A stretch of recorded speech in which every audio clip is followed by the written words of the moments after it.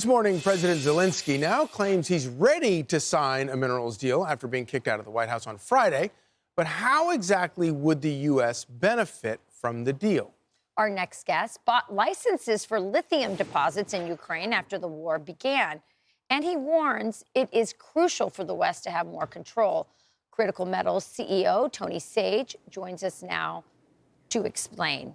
Tony, welcome to the show. So let me just start with this. Does Ukraine have a substantial amount of critical minerals, enough to pay off the billions and billions of dollars that we gave them?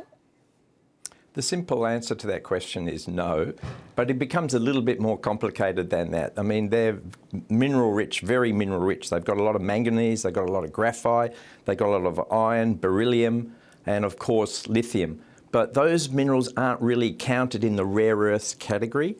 The rare earths that they do have haven't been explored enough to identify how much they're worth.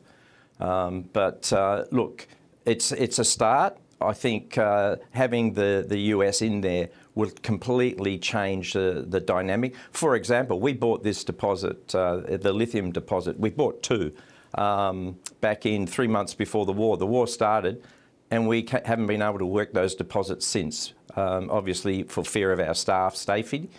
So we expatted them all back out of the country.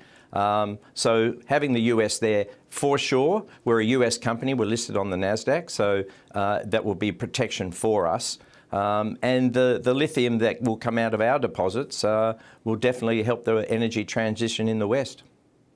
So obviously, one of the things that, one of the advantages in the whole idea of security is that if the U.S. has an investment in these rare earths in Ukraine, it makes the land more valuable and therefore more likely for a better ability for the U.S. to protect our interests. Obviously, Russia is watching all of this, and this puts them in kind of a bind. The idea that the U.S. would suddenly have real concrete interests in minerals in Ukraine. Yeah, well, that's why I thought I was watching.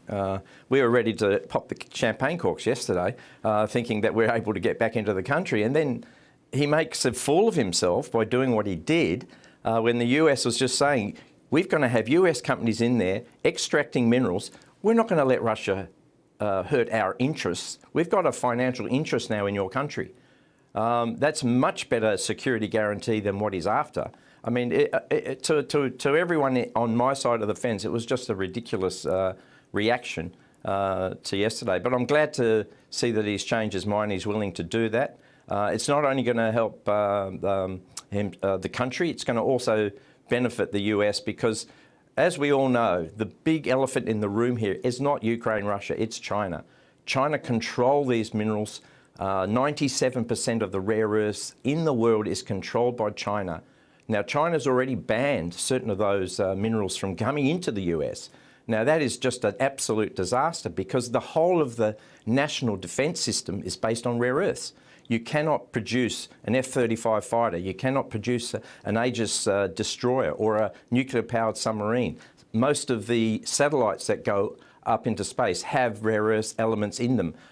Elon Musk would not be able to send a rocket up. That's how serious this problem is. Now, the Ukraine will not be a solution to that problem because there's not enough work done on the rare earth deposits that are in Ukraine. And that's why Mr. Trump, well before, back in 2019, wanted to buy Greenland. And Greenland is where the West gets saved by exploiting the deposit there. It's the biggest one in the world.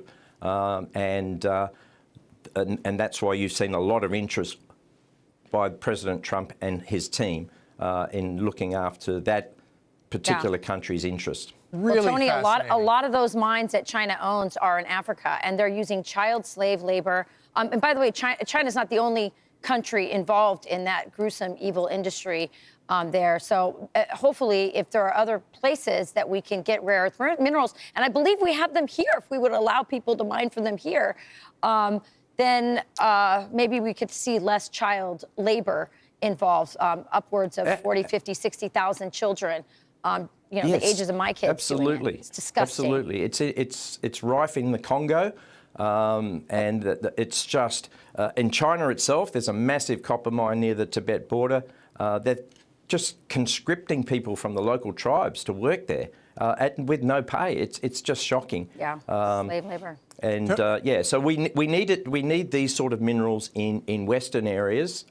Greenland is a fantastic country. I've been operating there now with my partner for 22 years. We've got the massive resource. We've already been to the White House. We've already seen the State Department. So that's where the West is going to get its supply from for the next 10,000 years. This is such great stuff, and I hope you'll come back and join us again and we can talk more about it. It's very important. Thank you, Tony Sage. No worries. Thank you.